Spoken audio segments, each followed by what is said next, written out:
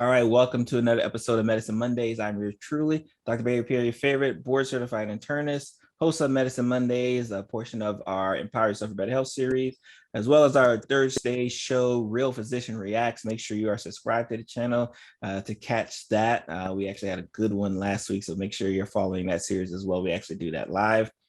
This week, I am blessed and honored to have a friend, a fellow medical mogul. You know, I talk about medical moguls here all the time on our show and just within our series. And we have Dr. Samm, who is gonna really bless us. And guys, again, you know, I typically bring, you know, specialized guests for you guys to learn, but I'm going to be doing just as much learning as well too, even as an osteopathic physician. I typically have to answer questions, what is osteopathic medicine? And like, she's actually my first naturopathic physician. So I'm just excited. I'm going to grill her, not grill her, but I'm going to get nitty-gritty questions. And obviously we're going to, make sure, we provide, some needed education information here for Lunch Learn community. So again, Dr. Samm, thank you for taking time to, bless our community, this day. Woohoo! I am so excited to be here with you, Dr. Pierre. I am so blessed. I'm so honored. I know you've had some bigwigs on here, and I'm like, what? Little old me, I get to come on here. I'm so super psyched. So thanks for having me. So before we kind of get into the nitty gritty and just, really you kind of spilling the secrets on, the naturopathic secrets, right? Like, who is Dr. Samm, in case this is the first time, so someone's turned in to my episode or first time they listening to you? So I'm a wife and a mom, and those are two separate jobs from being a naturopathic physician. Yes. My wife reminds me all the time. The mom thing is a whole different thing because I actually had to stay home and homeschool. So I have a new respect for teachers. I always did, but now it's something totally on a whole new level, right? So I went to Xavier University in Louisiana because it was #1 in placing minorities in medical school. While I was there, I worked multiple jobs, and one of them was at Pizza Hut. I was a shift manager, and I don't know if you guys know this, but anybody who's worked like a service industry like that, like a fast food restaurant, you get tired of that food. You think that it's great in college, like, oh my gosh, I'm going to get this free food. I'll have to pay for food in college, right? Well, yeah, pizza gets tiring when you work it every day. So I would drive through Smoothie King and get a smoothie every day when I was working my shifts. Well, one of the days I got so incredibly violently ill, had to pull over and finally made it home. And I was sick for like a week, and I'm a type A personality. So if I don't show up at school or work or something like that, people are like, wait, what's going on? So my friends came to check on me, and they insisted that I go to the hospital. Got diagnosed, took some pills, wasn't getting better. So my mom called in the cavalry, which was my aunt. And my aunt, I remember she came in my apartment. I had on the same gray shirt that says Xavier. It probably smelled because I was so tired. I couldn't even take a shower. And I think I hadn't taken a shower in like a week. Me being from Atlanta, right? I was like, Southern hospitality, would you like a glass of water? Because I hadn't gone shopping or anything. She said, okay. We both drank a sip of the water, and I remember projectile vomiting. And my aunt was like, oh no, we got to go. And I was like, no, let me go take a shower. She's like, no, we got to go. So she almost had to carry me to the car. I was like, I'm okay. You know what I mean? So she took me in the car. We went to the hospital, and literally the doctor from like probably 4 feet away was like, you have hepatitis. I was like, excuse me, sir, I'm not promiscuous and I don't do drugs. So I hadn't gotten to the area of my learning to understand that there was something called hepatitis A, and hepatitis A is fecal borne, right? And it is self-limiting. So my drinking those smoothies, I was the third diagnosed case in New Orleans that year from where they had a bad batch of strawberries that came in, right? Wow. Yes. Okay. Yes. Wow. So basically I had to kind of wait it out. And I was a little disappointed. I wanted to be a cardiac surgeon. And I was like, there's no pill. There's nothing y'all can do for me. I have to go to school. I think I was in my junior year. You know, if you're pre-med, that's a big year, right? I was like, yeah, no, this is not working for me. So I literally, it's also contagious. So I had to be quarantined in my aunt's house. Luckily, she had an upstairs apartment. My mom sent me a book and I had nothing else to do. I literally slept for like 15 hours of the day because I had chronic fatigue and I was just exhausted. But when I had a chance, I would read this book and it had herbs. I understood that this was a liver issue. So they had some herbs and other things that I could do. And my aunt obliged me and got them. So within about 2 weeks, they had told me I was going to be down for anywhere from 3 to 9 months. 3 to 9 months. I was out for the rest of the school year. Yeah, the rest of the school year. I had it pretty bad because the chronic fatigue was pretty bad for me. So I did these herbs. I felt amazing in 2 weeks and begged to go back to the gastroenterologist. So the gastroenterologist was like, oh, you're fine. I was like, yeah, I can't wait to tell you what I did. And they poo-pooed it for me being young. And I said, well, even when I was young, just 2 weeks ago, you told me that I had 3 to 9 months to do this, right? So I got cleared to go back to school and it just got me to thinking like, I don't know about this. I think I might have a different path that I might choose. My father was diagnosed with multiple sclerosis at the same time his cousin was diagnosed, and he chose to go to an MD, ND. So MD, medical doctor, ND is naturopathic doctor. I'm an NMD, a naturopathic medical doctor. So my mom and my dad chose that route. I grew up with naturopathic medicine and didn't even realize it. And so when they were diagnosed at the same time, my father was in remission for 15 years and his cousin was deceased within 3 years using conventional. Wow. So I think that there is a place for both. And I think that I'm probably more integrative, which is kind of in the middle. So I tend to bridge conventional and alternative medicine to transform illness into wellness. Now, was that something, especially because you say you kind of grew up in it, but didn't even realize, was that something that, like, was the conversation really not kind of never came up as far as, especially with your father, or was it just because is what he knew, what he was used to, so he didn't even realize it was like anything different? I think that it was because that's just how it was in my household. So I just assumed that this is how things go. So in thinking about that, my new thing that I talk to my patients about is health as a legacy. We think about health right now. We think about legacy as money. Yeah, as money and property and all of that kind of stuff. Well, how about you think about health as a legacy? If you bring your children up knowing about fruits and different vegetables and bok choy and all these other things that everybody's like, what is that? Right? You bring them up understanding about food as medicine, right? And you bring them up knowing that you have to get your screenings done on time, that you have to go to the doctor, you have to see the dentist, that mental health is just as important as your physical health. Then they pass it down to their children and their children. And that is a legacy. I think that health is your wealth. You can have all the properties and money you want, but you can't enjoy them if you're not healthy. Oh, I mean, the amount of patients I take care of that wish, right? Like regardless how much they wish they could, walk again, wish they could, play again, wish they could do all those things that, their money can't, buy for them, right? Because Correct. They're not as healthy as they. So I definitely agree with that. Correct. Don't get me on my soapbox. So you're at this point where you realize that, I may be diverting from my initial path. Correct. Because so you were initially pre-med now, and I guess especially, kind of going back to your father, like knowing that he was going to a physician who's also had naturopathic medicine certified as well. Was it still like, oh, I'm just gonna, I'll just be, the MD? Like, was that still the thinking, or it wasn't really until like this kind of happened? I didn't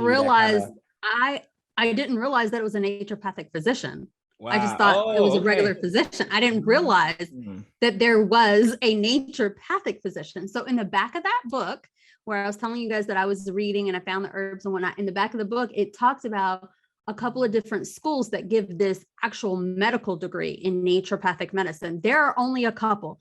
There's one in Washington, California, Arizona, Connecticut, but it's going away, and Portland, Oregon, and one in Illinois.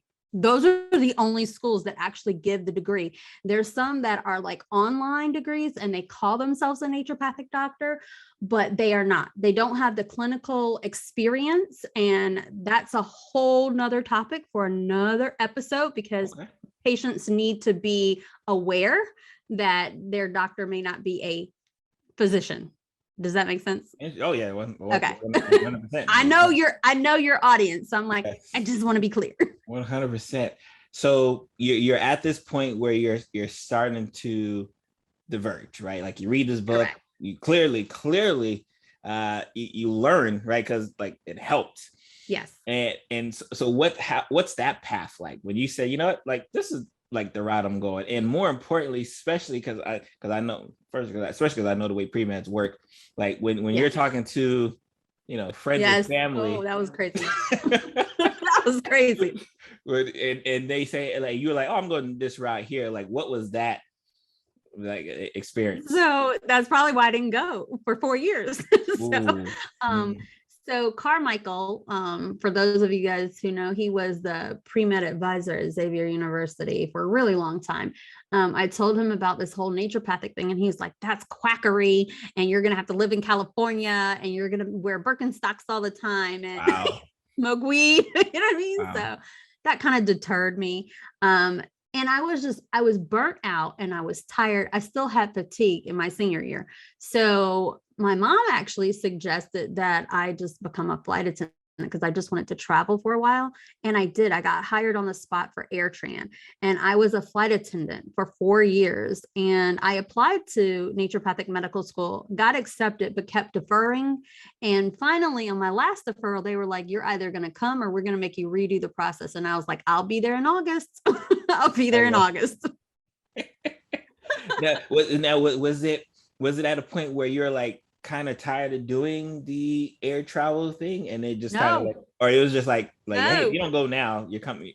Yeah, I love traveling. Yeah, it was just the best. Like I was a supervisor. I was a grievance rep. Like I was pretty high up. I had seniority. So I was having a good time. So you make that career shift and kind of here you are. You're like, all right, like I'm about to do this. Was there any things that even though you kind of knew of it that you were like, wow, I didn't realize like it was this in depth while you were in the training? Yes. So I knew that it was a not traditional medical school, but I knew that the work was rigorous. The first 2 years of naturopathic medical school are the exact same as any traditional MD school. So we do the anatomy and the physiology and all of that ologies, just like any other school. We have to do board exams after the first 2 years. So basic science boards, just like you guys. And then we have to do clinical boards after the 4th year in order for us to be licensed, right? And so my roommate, so y'all really do, y'all. Oh God, it's bad. So I spent all my time studying. I'm a super type A personality, and yes, I'm smart, but I have to work really hard at it. So I had to study all the time. Whereas some people can read the book and they just get it. I have to reread oftentimes. So I'm constantly learning, constantly researching, constantly reminding myself of things. I had great study buddies. And we studied all the time. We opened Borders. I don't know if y'all remember Borders, but we opened Borders and we closed Borders on the weekends, for real. So it's so funny. I went to Borders the other day, and like, and I caught myself wondering, like, I wonder if people still like come here. Like I didn't like, yeah, like it's because, you know, especially with technology and Amazon, click a button, look in your hand. Like it was definitely fair. So right when you said open Borders, I'm like, oh yeah, I know that. I know that vibe. Borders is a bookstore. And so for Christmas, people would give me gift certificates to Borders because I literally spent my life in there, and I would get tea and snacks in there and stuff like that because we stayed all day long.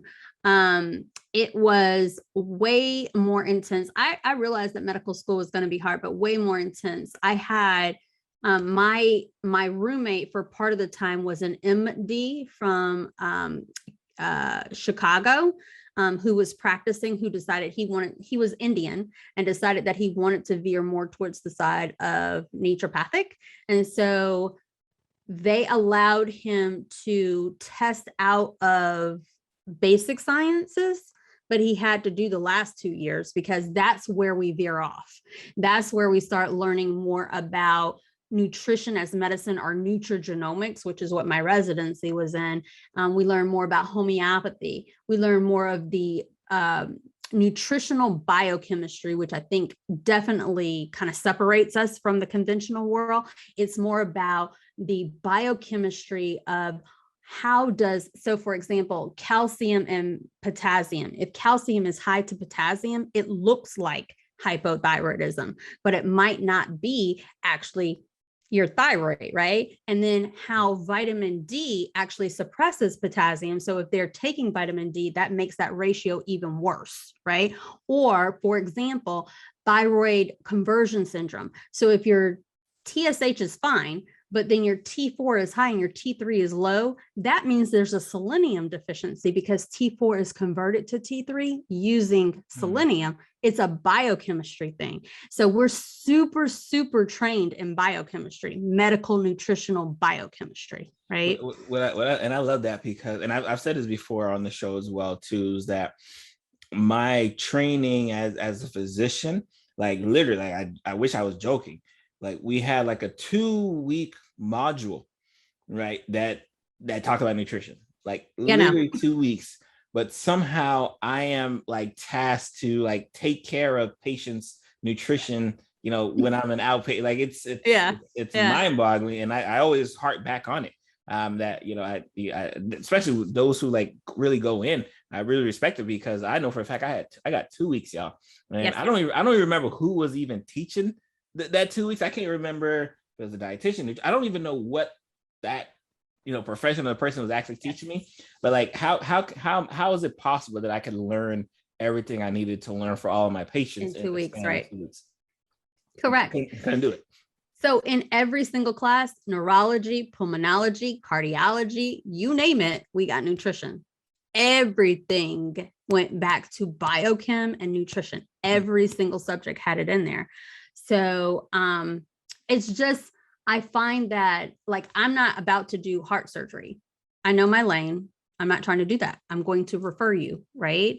Whereas if you need nutrigenomics, epigenetics, I mean, I really concentrate on the genetics and customizing and personalized medicine. So going back after I graduated, I was on the student council. I was very active in my school.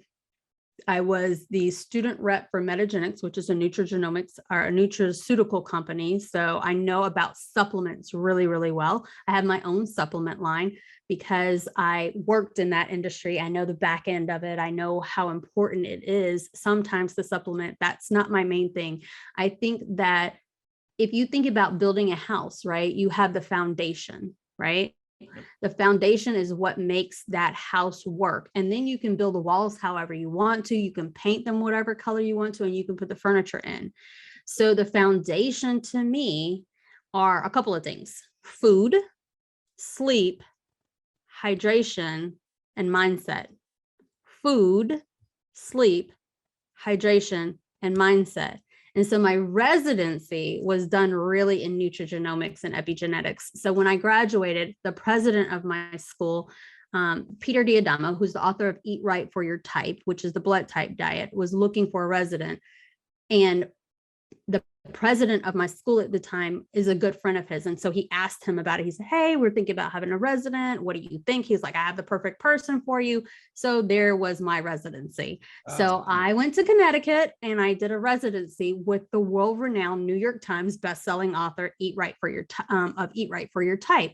So I have a mastery in blood type science. And the blood type science is really about lectins and how those lectins are those proteins that are on food associate and they attach to the sugars that are on our blood types and why that's important. So it affects blood type, can affect allergies, it can affect your aging profile, it can affect arthritis, cancer, cardiovascular issues, diabetes, fatigue, menopause, weight loss, weight gain, your mental aspect. So it affects everything, because if you think about the fact that 80% of your immune system is held in your gut, your food is important. Yes. And food is medicine, Wow. right?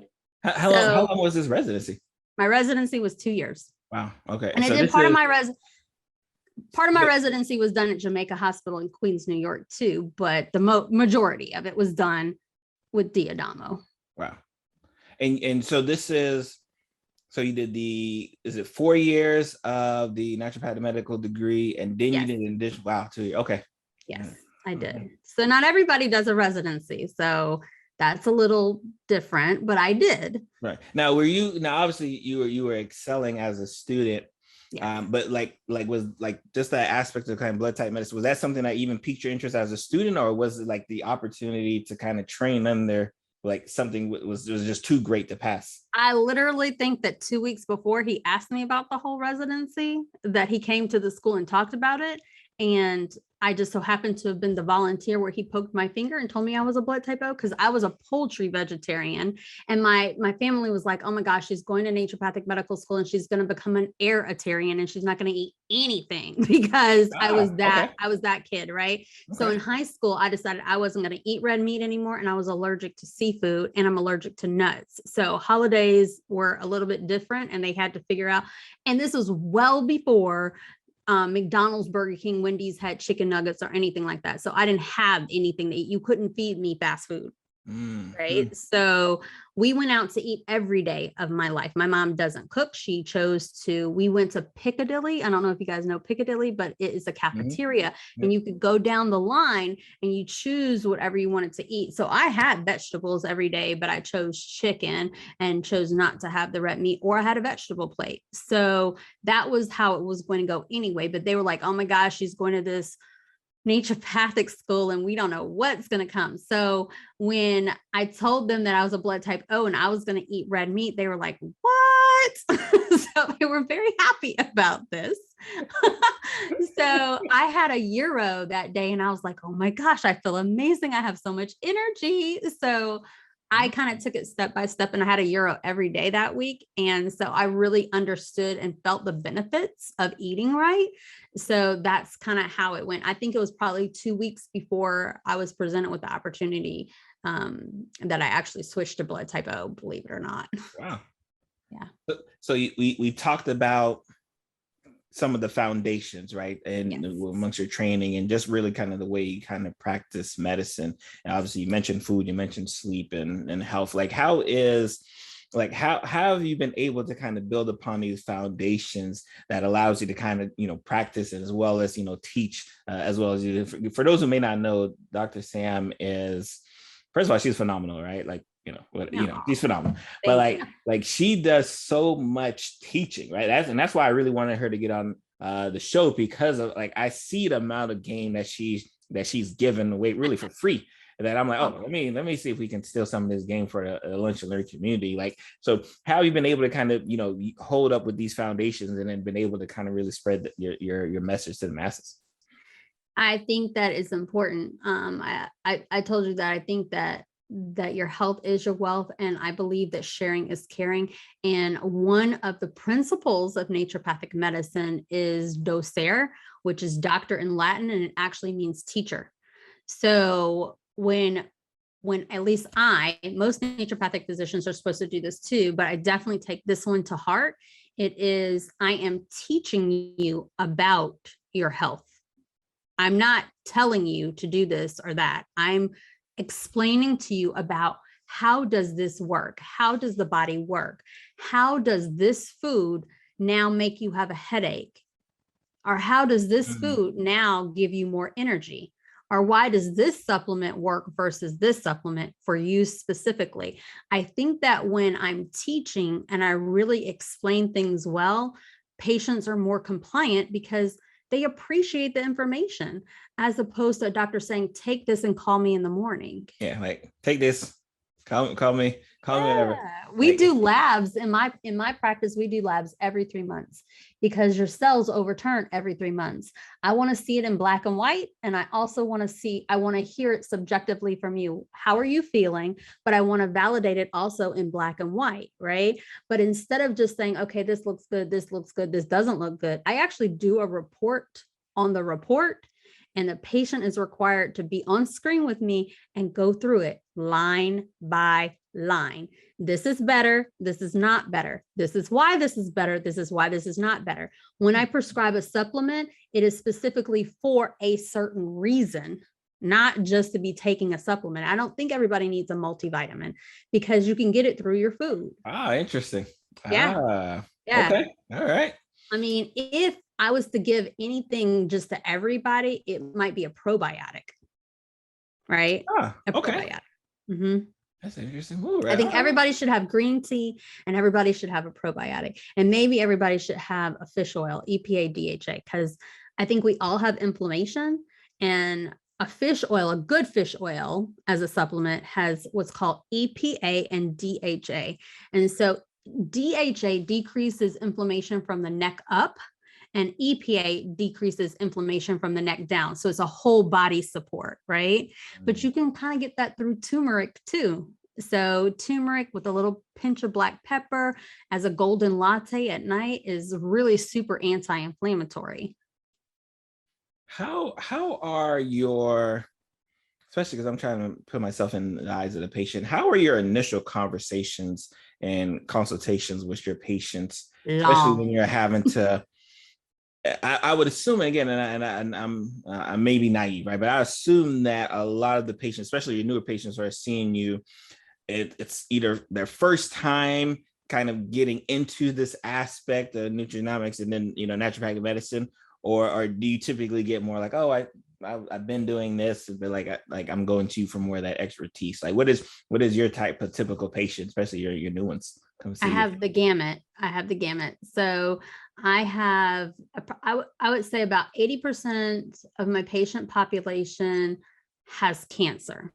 So I have a specialty in naturopathic oncology. The other 20% are split up between, you name it, chronic illness like autoimmune, like maybe lupus and multiple sclerosis. I have a lot. And then there's a subset of physicians. And it's the physicians because I run a concierge practice. It's very nice for the physicians because they can text message. I'm really lenient and very easy to schedule with, according to their hours.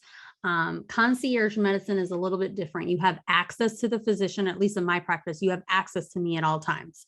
So you can text message, you can email, we can video pretty much whenever.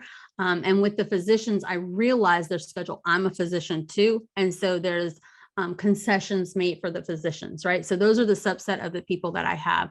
The way that the practice works is I will ask for a patient questionnaire, which is about 10 pages long. A consent form, and then any labs that you may have already done, because I want to see what has already been done. And then in that first initial conversation, I always tell patients, this is the most important part that we're going to do. We're going to sit down and we're going to go over this patient questionnaire, and I want to go all the way back. I want to know how we got here. I want to know every single detail, because the devil is in the details, right? Yep. So that is what you're paying me for, is to find out what has been missed. And that is important to me. So we will go back to when you were 5 and fell off the bike and scraped your knee, or, past trauma, or X, Y, and Z. I have been on the phone multiple days doing a new patient intake. So where we've done 3 hours and we take a break and we pick it up the next day if we need to. They can be anywhere from an hour to 3-4 hours long for the first initial conversation, so that I can get the information I need to decide, one, what blood work do I need to order? Because that's important to me. I believe in testing and not guessing. That's my motto. I'm not going to guess. I want to test it I want to hear about it. And I like that. Test again. So I test, I don't guess, and then I assess. Okay. So after I decide what blood work I want to order, there may be some supplements I decide to do, but rarely. There's usually some type of therapy I decide that I want you to do, such as a 3-letter writing technique or deep breathing or tapping, which is emotional freedom technique, things that are less invasive that you can do right then and there, depending upon what that person's coming in for, right? So then after we get the blood work done, a hair tissue mineral analysis is sent out, as well as a measurement kit. And the hair tissue mineral analysis, I think, is important because when we're doing blood, I think of blood as like the streets and the highways, and I think of tissue as the buildings and your houses. And so, yeah, you might use the street to get there, but life happens in the houses and the buildings. So I want to know both. I want to know what's going on in both, right? So I look at the hair tissue mineral analysis, I look at the blood work, and then we come up with a plan. And usually the plan, I might decide on what the plan is, but then I have a conversation with you about the plan, because honestly, I can tell you what I think you should do, but I can't make you drink. So if you tell me I'm not going to take this pill, then why should I give you the pill? Right? So we kind of come up with that together. Like, are you going to do this? Or are you not going to do this? Right? So after the measurements and the blood work are done, that gives me enough information to customize a genetic-based diet for you. So when I was in residency, Peter was writing a book called The Genotype Diet, which breaks down the blood types even more into subset categories. And so there are measurements and other blood work that we do to actually customize it. And this is where we get into AI, or artificial intelligence, when it comes to the medical world. And it's called precision or generative medicine. And so I use that computer program to say, look, they're taking metformin, and we know that metformin depletes B12. So therefore, please find the foods specifically for blood type O that are going to increase B12 levels. Oh, is nice. that specific? Nice. Right? And then I can say, this person has cancer. I want you to find all the foods that are pro-inflammatory, that are going to help the cancer survive. And I want you to find all the foods that are anti-carcinogenic, that are going to help fight the cancer. So I can specify it to, I want it to be anti-carcinogenic, anti-inflammatory, for diabetic patients. I can specify. I can say, okay, I've looked at their fingerprints and I now know that they have a gluten sensitivity. I want you to eliminate all foods with gluten. So interesting. So funny, because I got I forget some company had emailed me, right? And they were trying to figure out, their question was, where do you see medicine at in like 25 years? And like the way you're talking, like, now is how I described it. I was like, I think it's going to be super personalized. I think it's not going to be take this blood pressure medication. It's going to be like, no, based on who you are, what you eat, right, all these things there. So I just love the fact that like it's actually already in practice. It's in place. Like, it is like as we speak. And it's interesting because even when you kind of mention, and I'm pretty sure someone on the community is like, huh? Like when you mention, like, I'm not even sure if I'm gonna give you a supplement. Like I'm almost sure when people think about like the naturopathic medicine, they always assume that there's gonna be like some supplement given. You're like, I don't even know if you're gonna get that, right? So that, I mean, I'm just like I said, I'm just like taking these mental notes, like, okay. It is so funny that you say that. So I think the typical naturopathic patient comes in with 2 bags worth of supplements. That's typical. Like they're like all over the place. Like, I know this is good for this, and I know this is good for that. And most of us are like, nope, stop this, stop that. Because once you line them all up, 5 of them have the same ingredient. And so you're overdosing. Right? That's not helpful. Okay. That's not helpful at all. Right?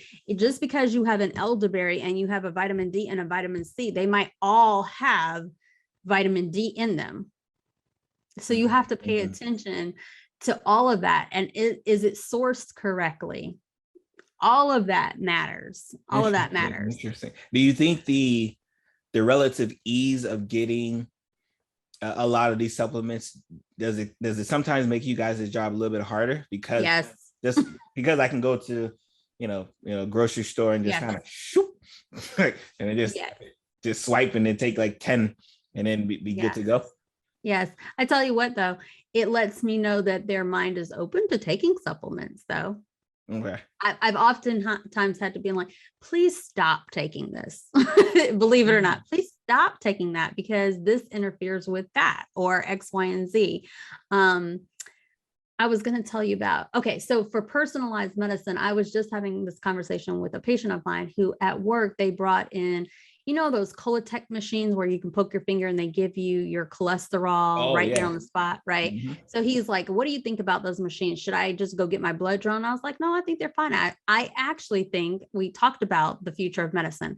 I believe that the future of medicine will be that each home will have one of those little machines and a blood pressure cuff, and you will go and you will log in and your doctor will say, please poke your finger, and that your lab work will come up. That is what I hope will happen.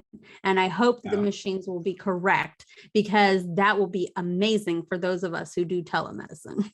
That's amazing. And I think that really hits it home, because I think now, unfortunately, because of the pandemic, I think the aspect of doing telemedicine, which may have seemed foreign to patients in the past, I think they're going to be much more warm to the idea of seeing their doctor through their phone, through a computer, and not be weirded out by it. I think that's one of the positives that can come out of this pandemic. Whenever we come out of it, is that people are going to be used to and okay with and even trusting of a visit that occurs that doesn't have to be face-to-face anymore. I think this aspect of being face-to-face isn't going to be such a big thing for patients in the future. I really hope so. So I've been doing telemedicine since 2008, but it was really telephone medicine because we didn't have the video option. Yep. I think I didn't get the video option until I started with the video in 2017 or 18, whenever I was in Moguls, right? When I was like, oh, this Zoom thing is pretty cool. I think I could have patients do this, So while I was not, brand new to the video part of it or brand new to telemedicine, my practice now is almost all virtual, because I can get so much more accomplished with patients via virtual. So much more. Interesting. Yeah. Is it because patients are more, more point, like quick to the point? Because it's not that. It's like I think about a product and I can just go to Google and search it and show them. I can think about a video in my head and I was like, oh, okay, hold on, let me find it and let me show it to you right quick. You know what I mean? It is right there, very personal, and I'm very authentic in myself with patients. I oftentimes will come with my Eeyore onesie on, and I'm like, are you in your pajamas today? And they feel very comfortable. So my patients feel very comfortable with me because I'm like, let's be comfortable. It's fine. When you're having 2 and 3 hour conversations with your doctor, you want to be comfortable. So sometimes we're doing tapping. Sometimes I'm doing deep breathing exercises with them. It's not just, hey, did you take this supplement? How are you feeling today? Okay, good. I'm talking to my patients every 2 weeks. So these are conversations that are more frequent than your normal physician office. I know everything that's going on in their personal life, everything that's going on with their family, all of that. Oh, I love it. So when you bless them, right? When you bless them with, because I'm still kind of shocked that you said you're talking like 3-4 hours. I know for a fact you can never, like, at least on this side, You don't have time though. You don't have time. So. You're like, what the heck? Right. I'm like, wow, that's okay. All right. That's in depth. That's a in depth, even the 10-page history. Like, wow. Okay. Dr. Samm gets it, which I love. I absolutely love. So when you get to that point, right, and they say, all right, Dr. Samm, give me, like, what are the secrets that I'm going to need, right, to live the life I want to live, right? What are you typically telling your patients, right? What secrets are you giving out to them? There's 7. There's 7 very easy secrets that I think that everybody should know. I actually titled my book, The 7 Naturopathic Secrets to Transform Your Health. And here are the 7. Mindset. Where's your book available? Where's your book? On my website. It's www.drsammnd.com. Perfect. And it's under shop. So mindset, So you have to get your mind right, right? If you don't believe that you can get healthy, if you don't believe that you're all that, then nobody else will. And mind is a powerful thing. Mind over matter. In fact, Cancer Treatment Centers of America actually prescribes laughter therapy as part of their anti-carcinogenic protocol, because it now is showing that it can help with white blood cell and red blood cell levels clinically. Okay. So when your mind is not right, when you've got these negative thoughts, thus it will be. So mind over matter is huge. I see patients that come into my office by themselves, and then I see patients who come in with support, like the whole family's there. Night and day difference. Your mindset matters. Sleep is huge. I'm a sleep medicine expert. I lecture around the world about sleep to clinicians, to other physicians. Sleep is huge. There's 3 different aspects of sleep. It's not just the duration of sleep or the amount of sleep you're getting. It's the quality of the sleep. Are you getting into restorative sleep? Is it unfragmented? All of that matters. It affects your blood pressure. It affects your fertility. It affects your beauty, believe it or not. Oh, no. It is so incredibly important. And I think that sleep is underrated as a medicine. So I prescribe sleep for my patients. Oftentimes is that they're not getting to sleep, or they're not staying asleep. And if they're not staying asleep, that's almost more indicative of we need to prescribe this. In the Chinese medicine clock, if you're waking up, especially if they're waking up at a certain time. So if you're waking up between the hours of 1 and 3, that's the liver. And I need to detox the liver. And if you're waking up between 3 and 5, it's the lung. I might have that backwards, so don't quote me on that. Sure. But those organ systems are also correspond to different emotions, believe it or not. And so if you're waking up at a certain time, let's say that the liver is associated with anger, frustration, and rage, and that the lungs are associated with grief and sadness, then I need to explore that. And we have a 3-letter writing technique that's cathartic for that. Like, let's explore the emotions. And it never fails. When I say it, they're like, oh. And then they know exactly what I'm talking about. And then when we have our next appointment and they've done what I've asked them to do, because now they understand it, they sleep like a baby. Sleep like a baby. Wow. I love it. I love that. Sleep is associated with your weight. It affects leptin, ghrelin, and insulin. So if you can't lose weight, are you sleeping correctly? If you can't have a baby. So for men, honestly, if you're only sleeping 6 hours or less of night, you've got the testosterone level of someone 10 years your senior. 10 years your senior. Yeah, right. So we've got all these men now are all these people that are having to get IVF. I don't know if you've noticed this. I didn't. I've seen it. It's one of those things. You know how we're in let's say if you're shopping for a specific car, and then all of a sudden you see that same car. So I don't know if it's just because like I'm aware or I'm getting older, but I'm just saying it's definitely I can definitely see.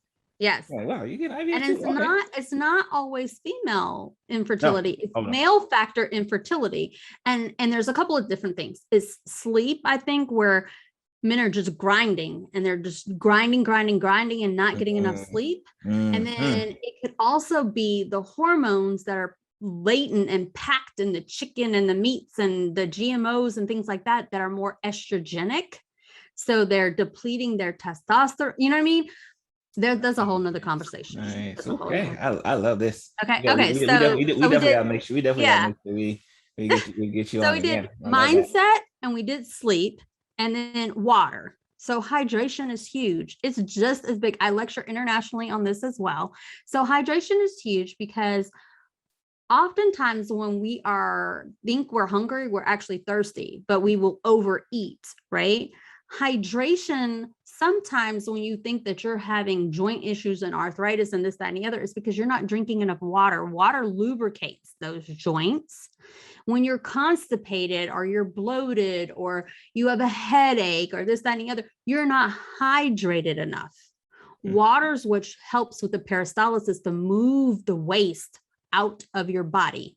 Water is what helps you sweat. Your skin is the largest emunctuary, that's what we call it in naturopathic medicine. It's the largest organ of detox.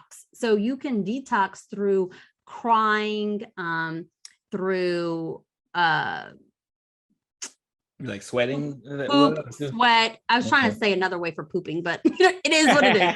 Oh, you can say poop here. We say poop here all the time. Yeah, pooping, peeing, sweating, right? So that's how we detox. But it's the largest organ of detox, and you need to be able to sweat. Like when you're putting antiperspirant on, you're saying, no, don't let me perspire. That's not okay. That's not okay. You have to perspire. You are detoxing. So number 4, I would say, is food. And I don't know if I've belabored the point about food already, but I think that the foundation is blood type diet, right? So blood type 101, you can customize it however you want to. You can add on intermittent fasting. You can add on paleo. You can add on veganism, vegetarian, all of that. But it has to be blood type specific first, and then you layer, right? So those are those walls, and then painting, and then the supplements would be the furniture in the house, right? And then number 5 is supplements. Yeah, sometimes we need supplements, but what are good supplements and why are you taking them? Supplements are what they are. They are to supplement your foundation, right? Your eating, your water, your sleep, your exercise, your mindset, your movement. It is to supplement that. And only when you've already tried those things and it's not working, do you supplement, right? And supplements I'm talking about are vitamins and minerals. I'm not talking about drugs just yet, right? So in my paradigm, everybody thinks that I do alternative medicine. I think I do primary medicine. And I think that conventional medicine is alternative medicine. So I think that the natural way to do things should be primary. And if that doesn't work, the alternative is drugs and surgery. That's the alternative. That's alternative medicine to me. Okay. Now, do you find that, especially because when you mention like the aspect of supplementation, do you find that like a lot of our diet, like either will fundamentally like be, short in something, or is it like the individual person who just says, I'm not going to eat this type of food, and they're purposely doing that? Like, how do you think it's like more up the top, like they just don't have access to certain nutrients that would be supplied, or it is usually more individualistic, like I'm not going to eat corn or something like that? This is such a good conversation. So I'll tell you I've been hyped. So the soil now, we could go into a whole soil conversation, but the soil now doesn't allow for as many minerals and nutrients as what our grandparents used to have. That's why doing your own farming might be better, honestly. But and then when they spray with pesticides and blah, blah, blah, it just doesn't allow for the fruits and the vegetables and even the meat that we had back in our day or our grandparents' day, right? Wow. So sometimes, even if you're eating really well, we might still need to supplement. But at least if you're doing blood type specific, you're not eating inflammatory foods. At least I know you're eating foods that are medicinal for your blood type. And so that will help. So the difference is, I'm not talking about an IgE mediated reaction where it's like I'm going to throw up or have anaphylactic reaction and I'm allergic to the food. When I'm talking about the avoids, I'm talking about IgE mediated foods that are like a sensitivity to a food, meaning you're eating this and you don't realize that it's giving you a headache. You're eating this and you don't realize that it's causing you fatigue. You're eating this and you don't realize that that's what's causing your eczema. But when you avoid those foods for 2 weeks or so, ta-da, it's all gone. Right. Wow. Right. Okay. So it's very, very tiny little stuff. Right. So 5 was supplements. Number 6 is movement. Movement is key. You can't just sit down and do nothing. Now, I'm not a big fan of exercise. I'm not even going to lie. So I call it movement. I don't call it exercise. Do something that's going to get your heart rate up. If that's dancing with your kid, if it's taking a walk in the park, I don't care what it is that you do. But according to blood type, there are certain exercises specifically for blood types. So blood type O should do intense exercise, right? So contact sports, martial arts, running, that kind of stuff. Blood type A's have a high amount of cortisol, so they need to do calming exercises like yoga and Tai Chi or something like that. I will have people come in that are blood type A doing HIIT 5 days a week. And I'm like, just switch and do 3 days a week of yoga and Tai Chi and let me know how it goes. And they drop weight immediately because they're decreasing the cortisol, right? Blood type B is more of a balanced physical and mental. So it's like tennis, hiking, swimming, that kind of stuff. And then blood type AB is a mix between A and B. So the calming exercises that I named and the blood type B exercises that I named. So any kind of movement that you want to do, you just need to move. You can't sit down all day, every day and not do anything. So movement is important. And then number 7 is detox. And I'm not talking about purging. I'm not talking about cleansing. The way I talk about detox with my patients is it's called daily detoxing. Daily detoxing is being mindful of what you put in your mind and what you put in your mouth and what you put on your body, right? So we've got all these products now that have all these ingredients that are toxic. And I already explained that our skin is the largest detox organ, right? So if you're putting toxins on your skin, lotions, perfumes, body wash, that kind of stuff that has all these toxins, and you're constantly giving yourself a toxin overload. And then you're washing, and then you're putting lotion on top of that, which has these same toxins in it. You're washing your hair with it. You're putting on makeup that has estrogenic properties to it and things like that, that might be causing you to now have breast cancer or this, that, and the other. I don't want to belabor the point, but brushing your teeth has certain things. So all of those different things, putting things in your mouth, that goes back to the food, right? So when I say daily detoxing and putting things in your mouth, are you putting foods in your mouth that are inflammatory for your blood type? That's toxic, right? When you're not putting that in your mouth, you're doing daily detoxing, right?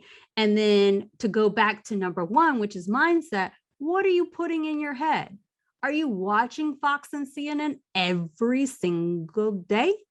Or are you listening to Joe Dispenza and people that are talking about positive affirmations and intentions and filling your head with good thoughts, right? Nice. Oh, I like right. that. Very. Ooh.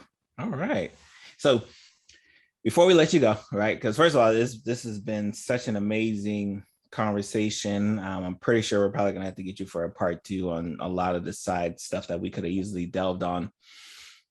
Let's tell the people, obviously what are we doing right now, right? Like this is kind of your time, where can they find you, where can they follow you, where can they work with you, what you're working on, drop the book again, right? Especially if they didn't catch it the first time, because I think the learning curve, right, when it comes to naturopathic medicine is going to be steep for a lot of people. And when I say a lot of people, I'm talking about even healthcare professionals, right? Yeah. It's a mindset shift that has to occur, that they need to understand that, like, wow, you know what?